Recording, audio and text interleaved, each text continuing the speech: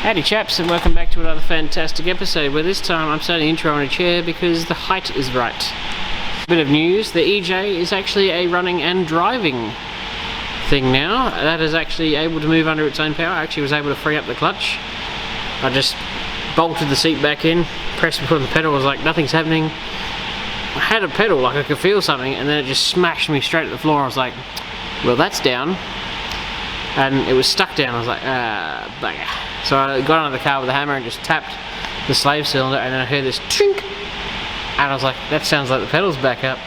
Hop back in the car, and there it is. Stomp it down, get stuck again, but didn't get stuck as far. It came up a little bit. I was like, aha, this guy's freeing up. And I stomped on it a few times until it religiously came up and back until it wasn't stuck, and I was like, we're onto a winner here. And obviously I plugged up some of the radiator hoses. The radiator is full of mud, so I'm like, I won't be running this too long. But I was able to drive it up and back the courtyard thanks to you know, the fact that the courtyard's pretty big. Patreon people would have seen a video footage of that, which is for them only, because they are supporting me that way. They get some bonus stuff that standard YouTubers, viewers don't get, because they've got to make it special for some reason.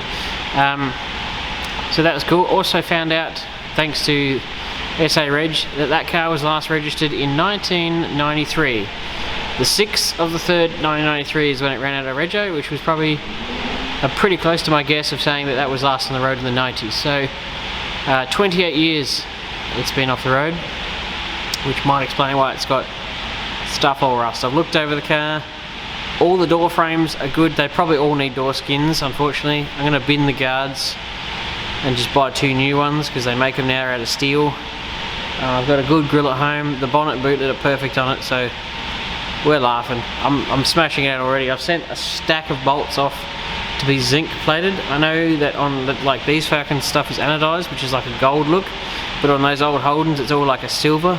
It's zinc basically. They're all zinc plated. And I've sent 4 good wheels off to be sandblasted. I've got the front guard spears, the chrome off being straightened and polished, and hopefully I should see some paint today that's turned up. And I realised that when I said I'm going to paint it bright pink, I actually meant like a salmon pink, like it's like your Cadillac pink. It's the factory. It's going to be a factory period correct pink. So don't panic, it's not going to be hot pink or anything like that. It's not going to look terrible. This car is going to be all original, but it's going to be Panola Rose, which is the factory pink colour, which is a very like, well, sort of skin coloured pink. It's a very pale pink. It's not bright in your face pink. So calm down, people. Just calm down. Also, that's something I said I wanted to do for the missus as a nice car, so that's why it's going pink. You know, I don't mind it. I can drive a pink car. I'm manly enough. So manly. But anyway, that's what's happening with the EJ. I've actually moved into a different position. Scooch you around. There it is. It's in prime position. So I'm going to get the old boy to blast off all the panels. I'm going to leave it as a drivable shell. And we've decided between me and Peter Anderson, we're not going to actually pull this motor down. I'll give it a compression test, and if it's good, I'm going to leave it alone. I'm just going to fix up the accessories on it, like a leaking manifold and put an exhaust on it, you know, all the accessories. The motor itself seems to be really healthy. It doesn't blow any smoke and it starts super easy, so we're inclined to leave it the hell alone. But that's about the worst it's going to look, so that's going to be stripped down very shortly, but kept as a rolling drivable shell, you know. Meep, meep.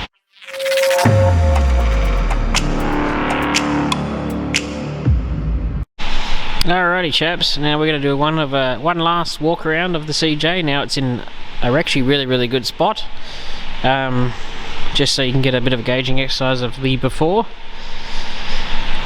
And yes, so that is what I paid through the nose for. I really did pay quite a bit of coin for this car. I didn't think it was offensively expensive, but it certainly wasn't cheap. I think the problem with getting these old cars is to get good ones, you really do have to pay for them. And I was able to beat a couple of people to the post for this one, so if you see one of these come up, and you got the coin, just go look at it and make an offer in person. And actually, a hint for you people, when you're wanting to get money off, don't lowball the living snot out of people. I've found, in my opinion, the most politest way to ask for money off is there any wiggle room in the price? That's not lowballing them. People don't get offended by that. Say, you know, so if somebody came up and go, is there any wiggle room? I say, yeah, there is a little bit. And me personally, I will never take an offer unless it's standing in front of me. You know, it just doesn't make sense. That's a buying tip for a few people. But bit of a slow walk around. So we've got a couple issues to fix. I know why that rusted out, because somebody put a quarter panel on this car, unfortunately. It's a bit of a bummer, but you know, you don't win everything, do you?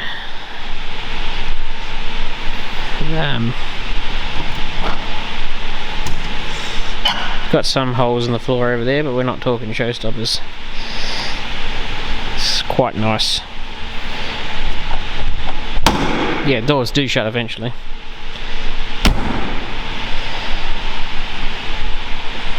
Those guards are trashed.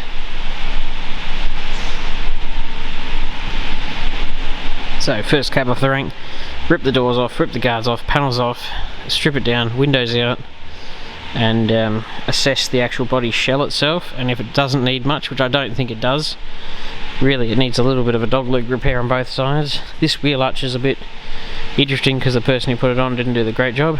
Fix that up, and a floor pan on the other side, and that's about it really.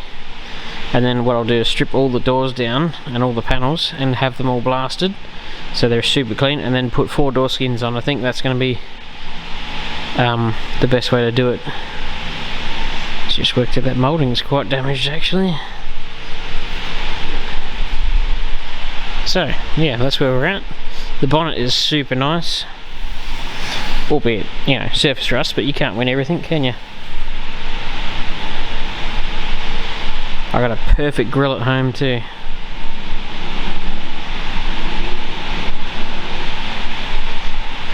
And I'm a bit torn between removing those 4 gauges and leaving them in there. I don't know what the right course of action is with that. And I'm going to leave this wrapping on the steering wheel, even though the steering wheel probably underneath is probably immaculate. It's a period correct, and it's hard to find someone to do that again, and it kind of looks cool. And obviously need to get some of this stuff re-chromed because it's not really flash anymore.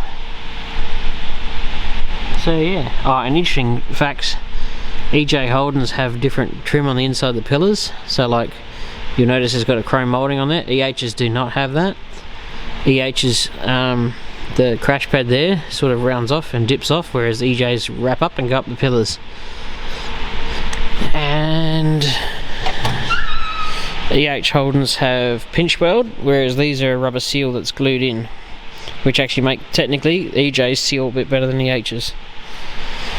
I'm thinking they got rid of that for costs, because it probably, when they were making it, it probably took more time to put that on than it did to actually just slap a pinch weld on. Yeah, actually I was looking at the brakes and clutch, and I actually think that leaking was from the old master cylinder. I think somebody's actually put one on. So yeah, aside from being filthy, because it was in a shed forever in Port Augustus, Port Augusta, or I don't know, somewhere in country SA, it's not too bad. Ah, there's the noise. They all make that same noise. So yeah, I mean, don't actually have that much. This side's pretty good. There's no rust that rear quarter. The wheel arch, dog legs, I'm going to have a look at it. But this side's not that bad. Realistically, body wise, we've got a floor pan, a couple of baby holes to fix, that rear quarter, and that's it. That's it for the body.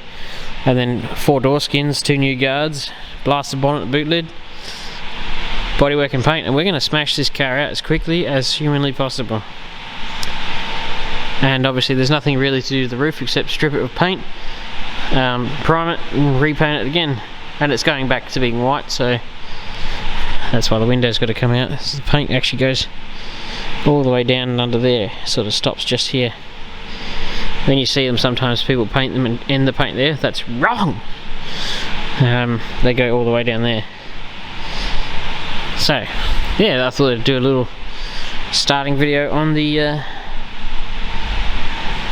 the EJ. Might be a short one, short and sweet. But yeah, this is the start. Well, it's probably my third attempt at doing an EJ. But you know, as I say in the classics, you got to buy the best car you can at day one. Trying to go cheap really isn't the best option actually sometimes. I took my own advice this time. I said, no, I'm just going to buy the best one I can. So yeah, that's what my suggestion is. Buy the best one you can. And when looking at these, you'll probably find them all having floor pan rust. That's pretty common. So, hope you like the beginning of this EJ rebuild. I'll probably call it the Pink EJ. Or one of my friends has called it, he's nicknaming the car Ella, because the car's going to be salmon colour, and he goes Salmonella. I'm like, ha ha ha, you think you're funny, don't you? But I almost kind of like it. So, that's the start. I hope you enjoy it.